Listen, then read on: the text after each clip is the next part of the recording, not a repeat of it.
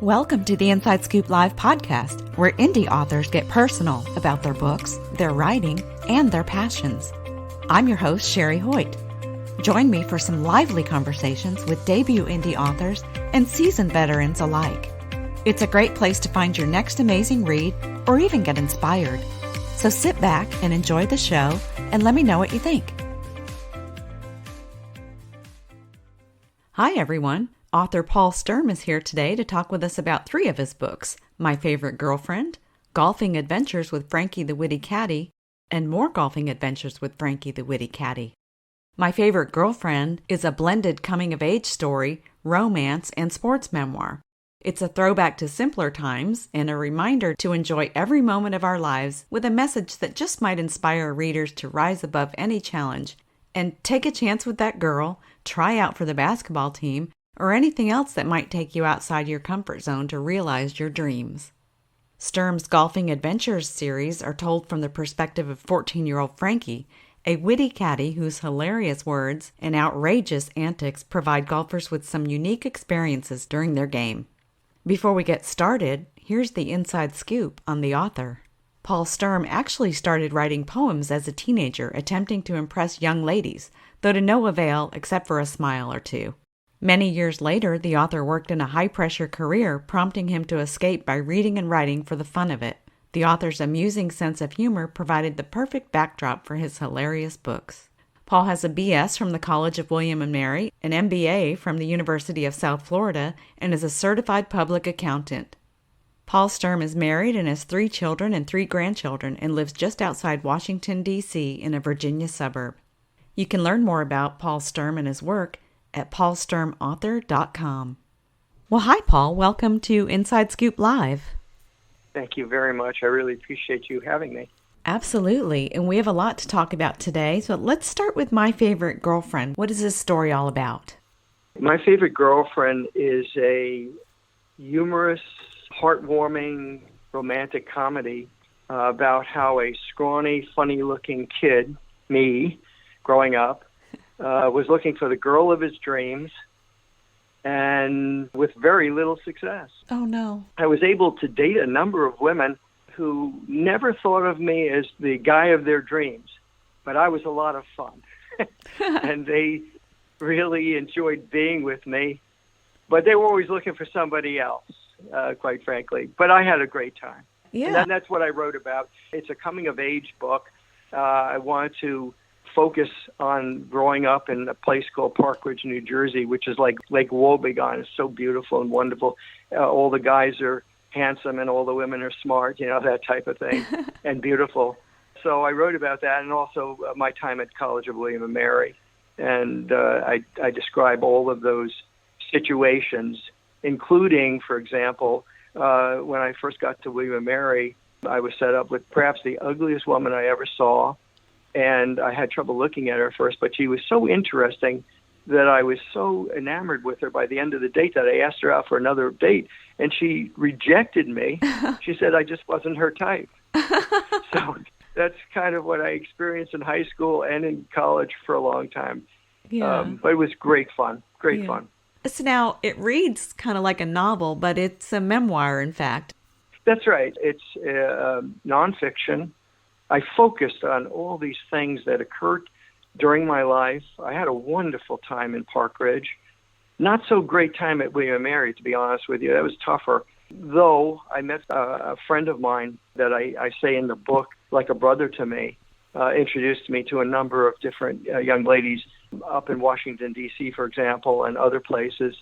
He was very handsome, had a lot of girlfriends, and he let me, have some of the girlfriends because I couldn't get the date on my own. And I had a lot of fun doing that. Yeah. That was a great time up in D.C.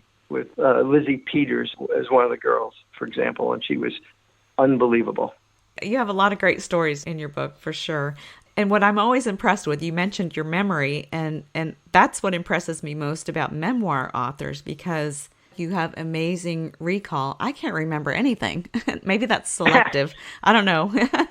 But what was it like for you? Like, did you jot all these events down as you thought of them, or did you just sit down and decide to write a book and it kind of just all came out? What was your process? it just all came out. What happened to me is in 2001, I was inducted into the Park Ridge High School Hall of Fame for my basketball exploits. Mm. And I got to meet all of my friends and all the basketball players and a lot of friends came to see me and others on the team inducted into Hall of Fame. I was inducted personally. And I started to think, wouldn't it be fabulous to write about this? Because I think those kids, and I name a lot of them in the book, they would really enjoy that, I would think. And it would resonate with them. But it also would resonate with other people because it's basically an inspiring book of never give up. Dreams do come true, but you have to keep going despite the rejections, despite girls saying, I don't like you anymore, I don't want to be with you anymore, whatever it is. You know, keep going, find somebody else, because there is somebody out there for everyone, I think. And it would inspire someone who's reading this, also make them laugh out loud at times at how outrageous my behavior was and my lack of success, and sometimes success. It was a little bit of both, but I would think that it would be inspirational to people. That's what got me started. I've had a lot of friends read the book and just tell me how much they loved it. I mean, the feedback has been fabulous from my friends. So did any of the friends that are in the book read it? Absolutely. I just spoke with one yesterday. Let's call him Jerry Stett, S-T-E-D-T. That is not his name, but he called me yesterday to see how I'm doing and said he's reading the book. And he said, Paul, you know, you didn't include that part where I was stealing third base and I got caught out and Mr. 40 was within an inch of I said, Jerry, I did write that, page 143, and I read it to him. He said, oh, good, you got it. You have it there. So I've gotten a lot of that kind of feedback. Or how about Ellen Saw, who I said at the senior night graduation party, you've never kissed me. And she was voted the most beautiful gal in our class. And she put her arms around me and kissed me this long, wonderful, amazing. I still remember it to this day. And I talked with her, and she's just terrific. And she's read it and gave me some great feedback on it, too. It's just a lot of fun having all those friends calling me or writing to me. Joey Knight, I talked to him a week ago, and he told me some great things, too. It's been wonderful. Kenny Solarino is in the book. He's the big guy who's, a great athlete and everything. And Jerry told me Kenny is going to read it next, so he's excited about that. Oh, that's this wonderful. Is fun for me. Yeah, absolutely. Yeah, that's fun. Now, you mentioned laugh out loud moments, and there are quite a few laugh out loud moments in this book. And it kind of started for me in kindergarten with little Rosie. Can you tell us a little bit about that instance? Well, yes. I must say, I don't know about other guys, but I was immediately drawn to women. I was so in love with the teacher there. There was a student teacher, Miss Podemsky. I still remember her name, and that is her real name. If she's still out there, she'll maybe notice it. But Miss Podemsky was just absolutely gorgeous. But little Rosie was about 5 years old and in my class, and she was crawling around, and I saw her underwear. They were very colorful. And I complimented on her underwear. I thought that might be a way of getting to know her, but she didn't take too kindly to me looking at her underwear, and she punched me. And this silly, dumb kid that I was, I didn't take to that very well, and I punched her back. And that started, kind of a riot. Miss Podemsky took me aside, and I'd already been thinking what a wonderful punch I'd thrown when Miss Podemsky said, you need to go into the corner and start thinking about what you did. And I said to myself, geez, I've already thought about it. I thought I threw a pretty good punch. So that's my thinking at the time, It wasn't very favorable, if you will. But that started in kindergarten. I kind of felt like that experience kind of set the tone for your experiences with the opposite sex. You're absolutely correct. But there's one more important thing in that first chapter with Miss Reese, I call her. That's not her real name. I called her a different name because I didn't want to embarrass her family. Mm-hmm. But she was that ogre of a teacher who hated me and yelled at me and treated me poorly. And one day I had to be walked home because I had sores around my mouth. And I thought Miss Podemsky was going to walk with me. I was so excited. Instead, it was Miss Reese who walked with me. And I was thinking, oh, my goodness. But on the way home, she was nice to me, and I was nice to her, And I thought to myself, and in that chapter I end with, I really started to see that personality matters in a woman. It's not just looks, it's personality too. And I started to like Miss Reese when, in fact, it seemed that I didn't like her at all. So Yeah, nice. So in continuing the conversation around humor, I know that's just one example, and humor plays a big part throughout. Did you find it challenging to incorporate the humor into your writing? not at all. When I made speeches in business, for example, I'd always bring humor into it.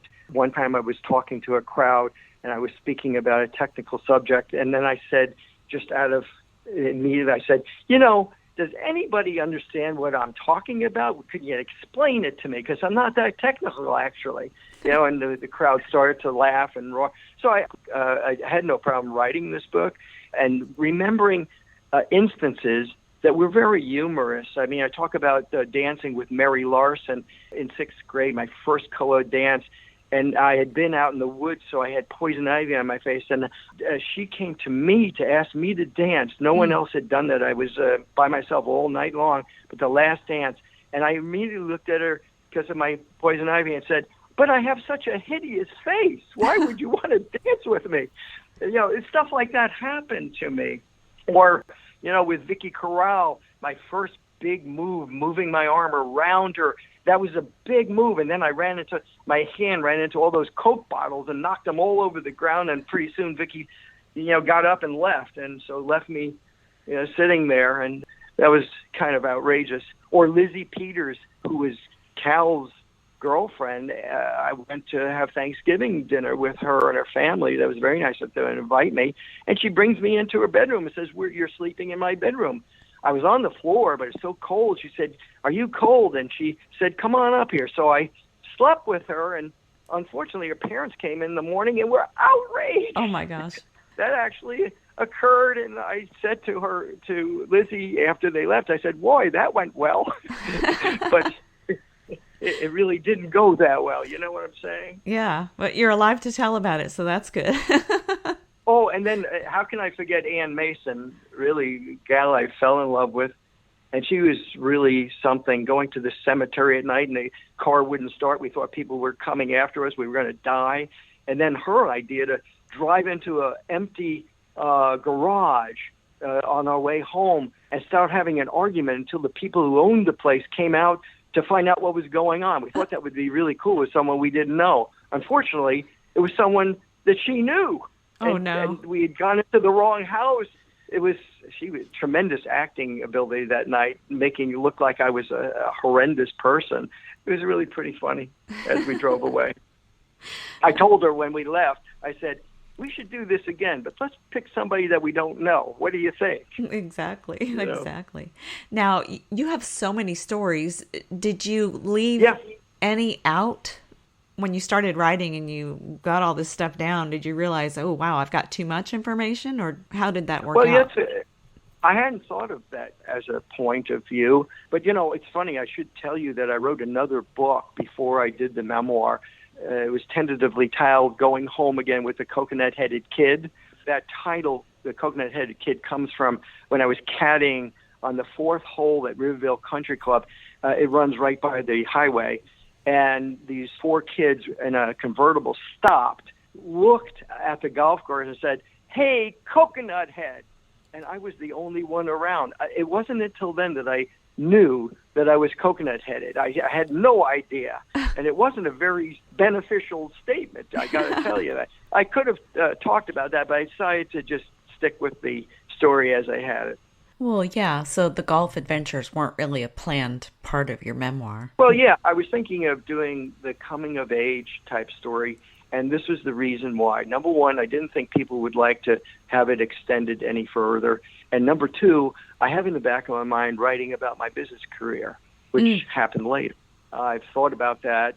Again, tremendously outrageous, crazy things happened to me in business. It was wonderful, exciting, adventurous, and hilarious.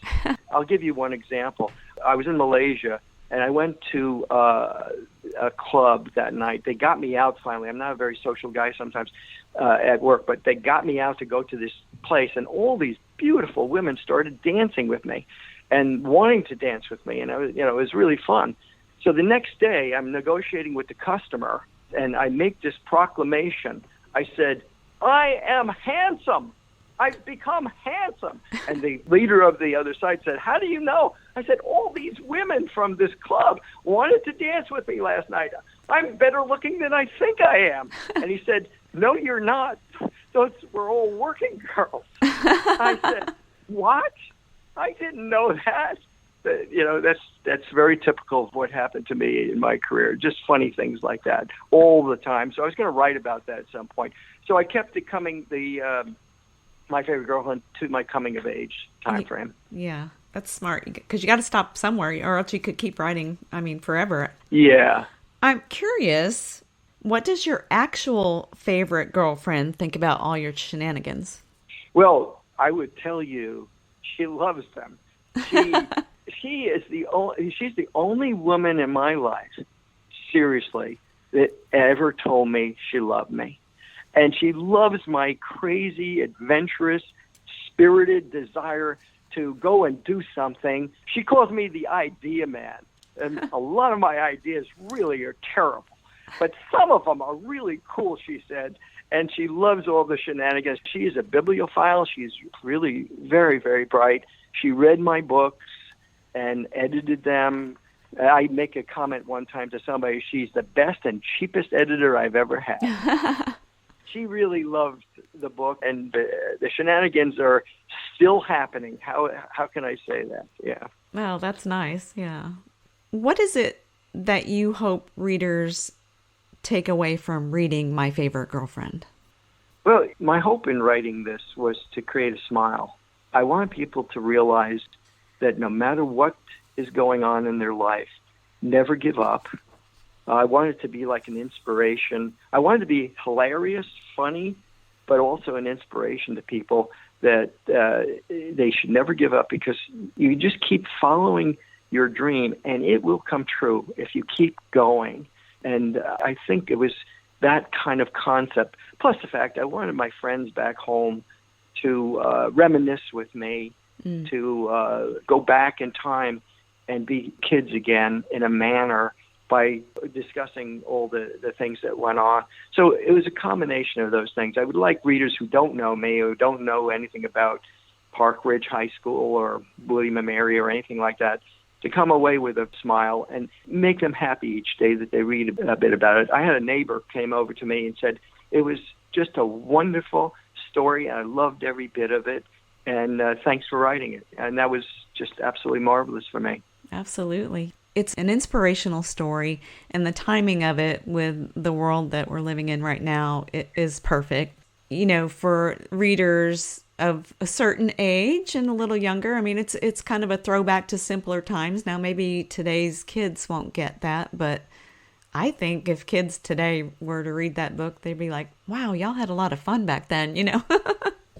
Right. I totally agree with you. That's exactly what I was trying to accomplish. And to the extent that I have, makes me so happy. I get so thrilled and happy when I see a review from somebody that really liked it. I haven't had any bad reviews I can think of, but it's kind of, as I said, something that makes you feel good and makes you laugh. Mm-hmm. Mm-hmm. Now, you've also written a couple of novellas. Can you share a little bit about those books with us? And we have Golfing Adventures with Frankie the Witty Caddie and More Golfing Adventures with Frankie the Witty Caddie.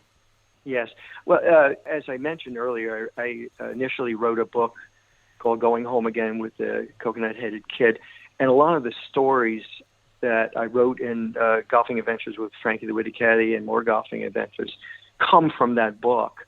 It's a fiction book, but it actually, many of those stories were actually true.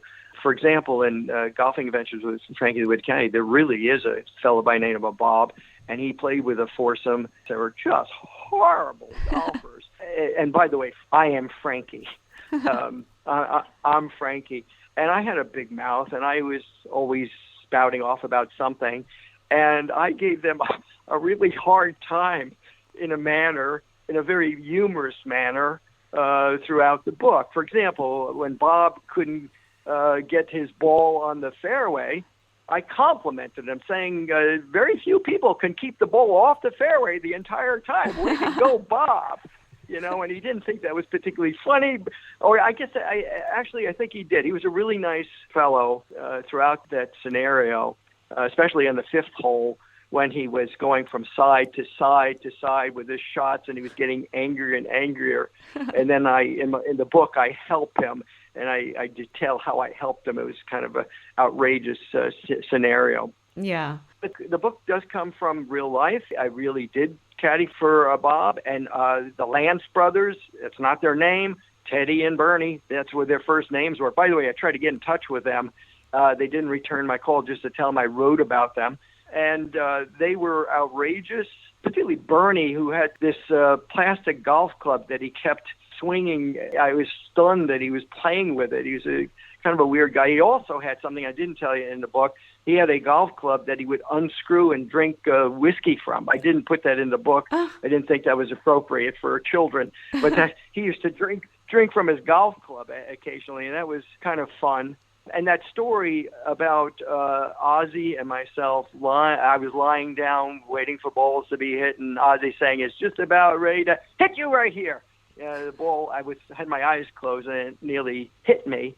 That actually occurred. Ozzy was the greatest guy I could have ever imagined being my caddy partner. He was absolutely wonderful.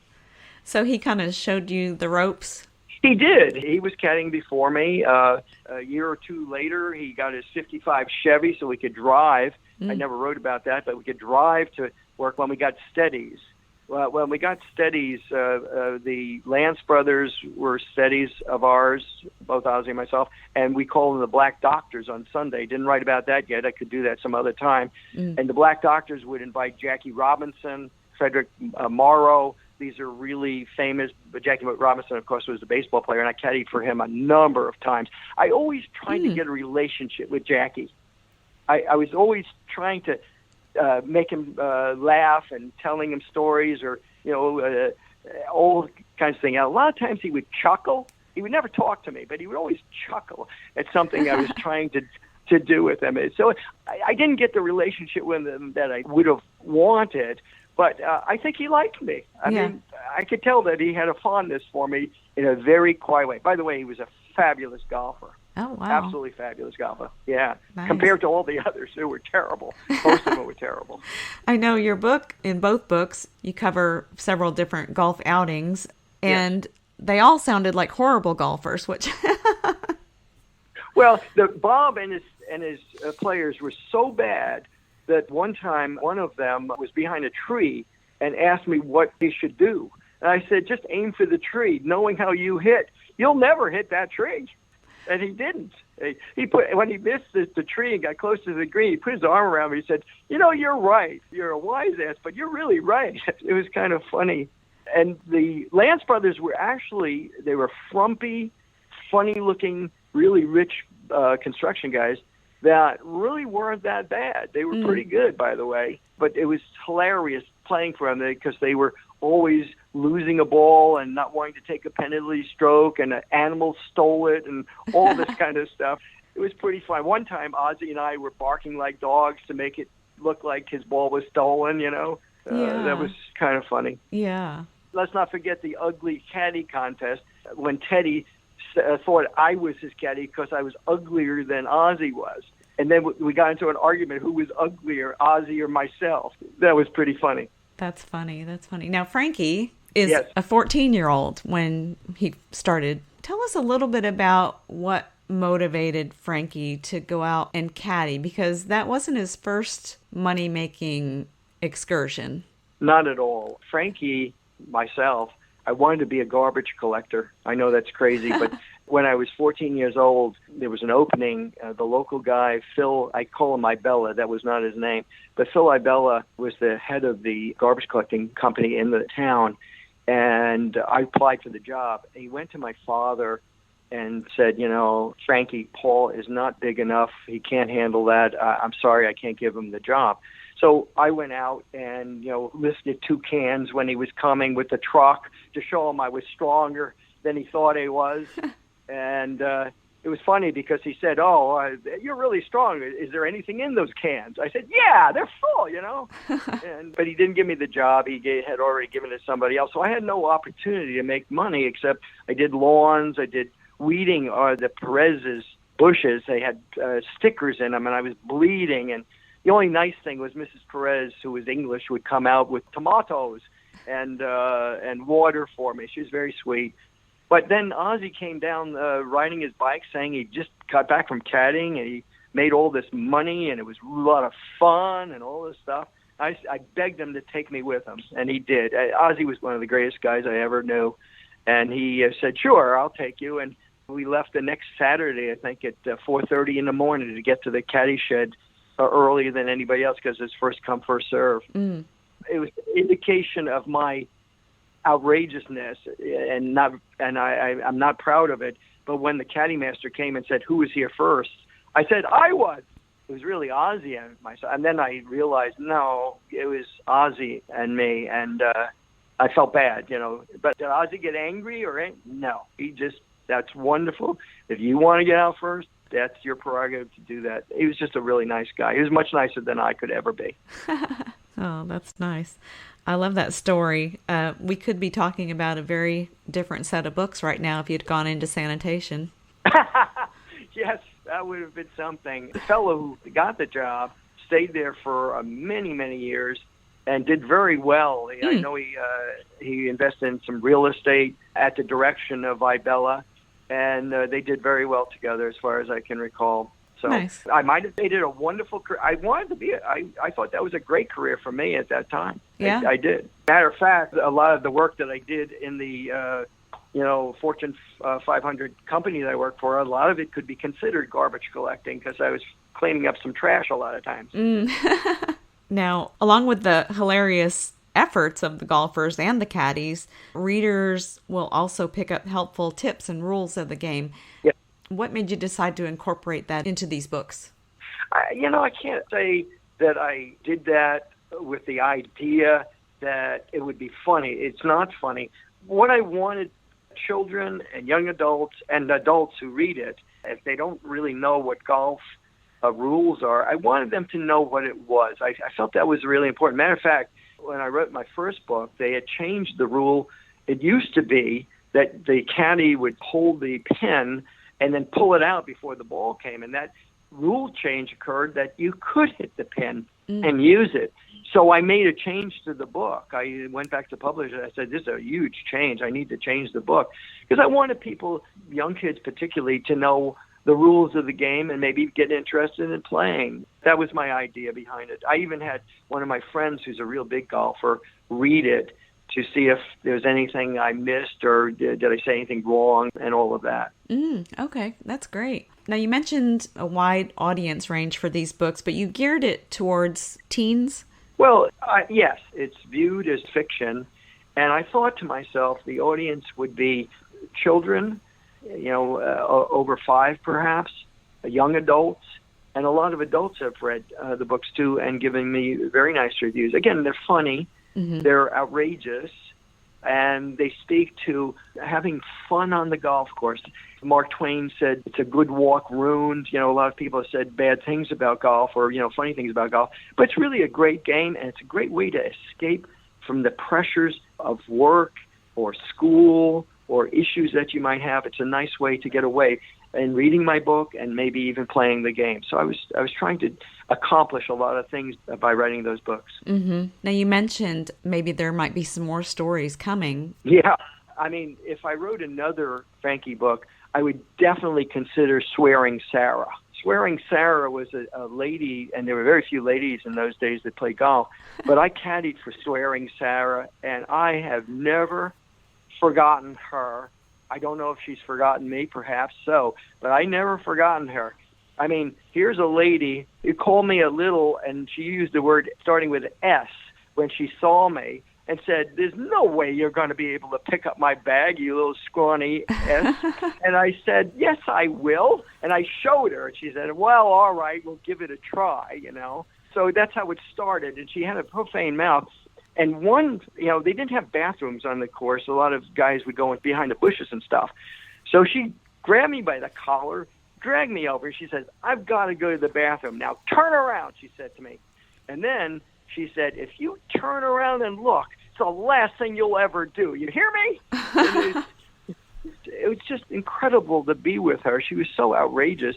And then when it was lunchtime, she brought me in to have lunch. She said she told all the fellas in the club that I was abandoned by my parents, left on the doorstep, and she felt sorry for me, so she took me in.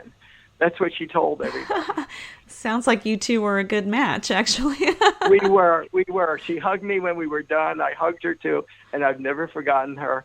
And I actually wanted to be with strong women that actually had something to say. And I did end up marrying somebody who was not profane, but very good with the words and fun. That's great. Now, based on your experience, was there anything you wish you had known before you started actually writing your book? What surprised me the most was how hard it was during the edit process, and the marketing process has really surprised me. I honestly thought that writing the book was the hard part, and it turned out to be the easy part. Mm-hmm. I loved writing it. I was in love with the words that I read each time I went back to read what I had written. It brought me right back to my childhood and the fun and the excitement and the wonder. But when I got into the editing process, that was really painful. The marketing process has been even more painful and difficult for me because I'm a novice in that area. I've never been in the marketing end of any. Mm-hmm. I was in the accounting area, and I didn't do marketing. So it's been very difficult, and I've had success, but it's been somewhat painful along the way with a lot of issues that have occurred that have bothered me on occasion. Yeah. So I would say that I was not prepared for that at all. I just didn't do enough research. Now I am. I'm doing a lot of research on it and I'm doing better. Yeah. So based on your experience, is there any kind of advice you would give to aspiring authors?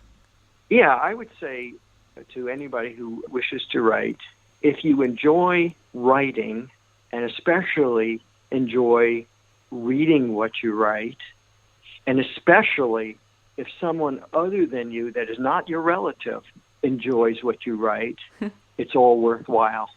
It really makes everything so wonderful if you get feedback from people that say, I made a difference, I made them laugh, I gave some inspiration to continue. Those kinds of things make it worthwhile. It was never about money. It was always about having people enjoy the book and having fun with it. All the books, actually. Yeah. And I think that's the key, too. If you're writing to make money, that's hard. And you enjoy it, then that's half the battle. Well, the way I figured it, I had success as a kid, maybe not with girls. I had some success with girls, too, but that's my favorite girlfriend, the hilarity of my favorite girlfriend, the amusing situations there, and my lack of success and all. But I had success as a child, as a kid, and I had success in business. So this is really my third act, and I wanted to have some success in writing as a retired person, and it's been a blast, actually. Yeah, it sounds like you are thoroughly enjoying the journey. I really am. It's a great third act.